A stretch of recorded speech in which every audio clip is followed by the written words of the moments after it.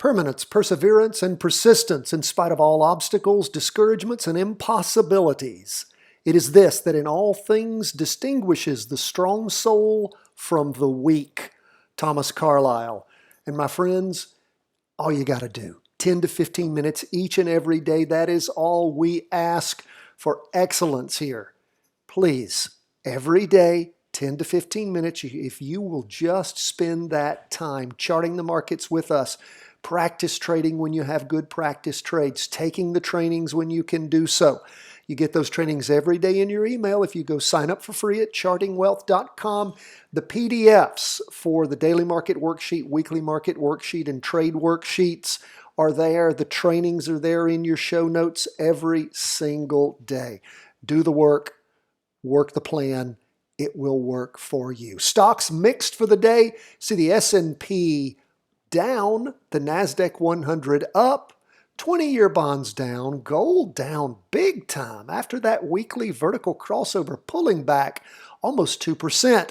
And look at Bitcoin up 3.94% as we see that weekly vertical crossover from back on the 13th. Friday the 13th of August was a good day for you to be practice trading Bitcoin. It has just moved up so nicely as it did last time on our weekly chart.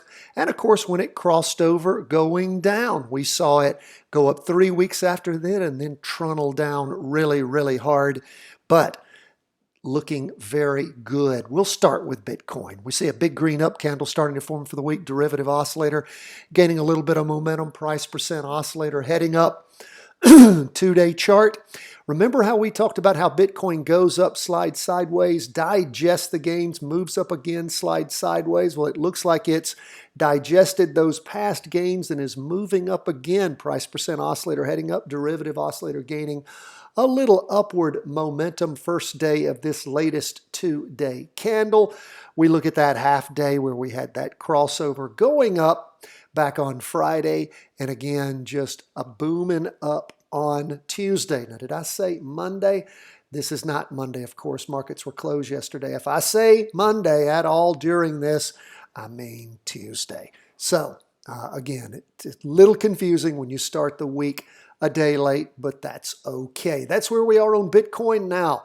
Let's go back and go in proper order. The S&P, what do we see going on there? Well, you know, again, we've seen the price percent oscillator stay below the red signal line, still staying that way, down for the day 0.34%.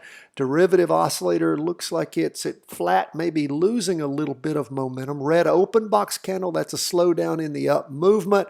The high last week, 454.05. The high so far this week, 452.81. So we're not reaching a higher high yet. Is the market finally going to stop going up and start rolling over with, and again, how long have we had this divergence since that weekly vertical crossover going down back on the week ending the 21st of May? And again, just showing the fact that it's moving up, sort of moves up, slides sideways, down a little bit, then up, sideways, down a little bit, up, sideways, down a little bit, back up. Because of that lack of consistent good movement, the price percent oscillator does not work. And what does that mean? It means we just don't trade that stock or ETF where the charts aren't working. That's what you're learning from this. If the charts aren't working, you don't use the charts. There are thousands of stocks and ETFs where the charts work. There are times when they don't for certain stocks or ETFs, and when they don't, the lesson to learn there is, what are you going to do? Are you just going to guess? You're just going to roll the dice? No, you're going to use the charts when the charts work. The charts aren't giving you the correct signals, which they are not here, then you don't use them. What's up with the 2-day?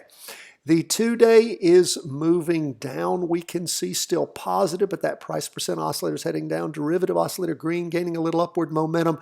Starting the week off very weak with a red open box spinning top. We can see we're not reaching anywhere near the high on those past 2-day candles. We look at the half day. Of course, we can see where it rolled over, going down in the afternoon on Friday the 3rd, down in the morning. Not down as much in the afternoon, pulling up, I guess we would say, a little bit. That's where we are on the S&P. What about the Qs? The NASDAQ 100 up 0.14%. The high last week was 382.71. 382.78, so okay, great, up 7 cents. That's the high so far for the week. Price percent oscillator is about flat positive. Derivative oscillator gaining upward momentum. 2-day chart, first day, latest 2-day candle. We can again see things trying to move up. Why don't we try to redraw things to maybe get us a little bit better? Just trying to find maybe a little bit better of a line to follow. We'll see how that continues to develop. That's where we are on the 2-day. What about the half day? We can see where it rolled over, going down. What was that in the afternoon on Friday? Price percent oscillator did. Derivative oscillator barely hanging on, but again, price trying to continue to move up. And again, that's just the half-day chart, so we'll continue to watch. It is still just moving up that half-day trend line, so that's okay. So we'll continue to keep our eye on the NASDAQ 100. What about 20-year bonds down 0.84% for the day? Now we can see where bonds, again, still not crossed over going down yet, but that price percent oscillator appears headed down. Derivative oscillator barely holding on to any positivity. And again, blew through the weekly trend line over a week ago. That happened over the course of last week. And we look at the 2-day chart again, big 2-day candle forming. Again, moving down that 2-day trend line. What are we waiting for? Either for the 2-day to cross back over and start heading up, or what might be more likely is that weekly crosses over going down. Then, of course, we have the possibility of jumping into the inverse of TLT. There is a nice inverse fund, or going into puts, depending on what it is you're interested in practice trading. I'll put at the end of today's video the training on inverse funds, so you get a little bit better idea what they're all about. And it will identify for you the inverse fund in the S&P, the NASDAQ 100, 20-year bonds, but not in gold. DGZ is an inverse fund, but we don't use it. Why? Because the spread's too wide. That is when we deal with gold and we look to short it, we look to practice trade puts. And again, you'll learn more about that in the video I'll put at the end of today's training. That's where we are on 20-year bonds. Lastly, we go to gold. Disappointing. Starting the week off very weak. Had a nice strong crossover.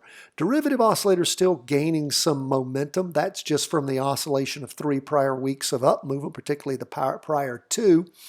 Derivative oscillator, again, we said is gaining a little momentum, but that price percent oscillator crooking over, heading down. Now we'll keep a close eye. We've got a solid red spinning top, indecision tending down. It's not a solid red down candle with no wick on top, but still not a good sign starting the week off. Look at the 2-day.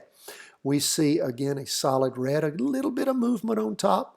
Another wick going down a little bit bigger than the candle itself on the bottom, piercing that weekly trend line. Still positive, the price percent oscillator, but heading down. Derivative oscillator still positive, losing momentum.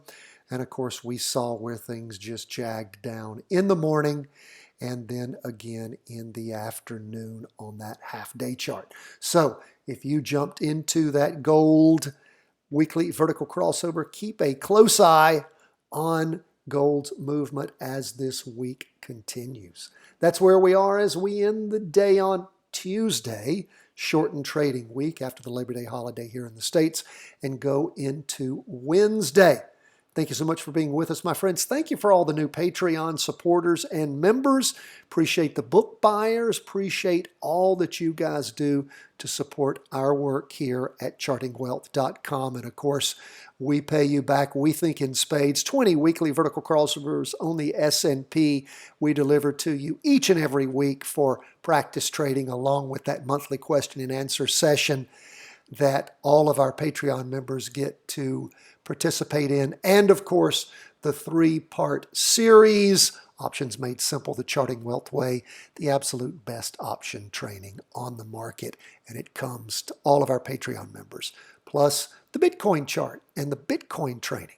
God bless, my friends. All the best from the whole team at Charting Wealth World Headquarters.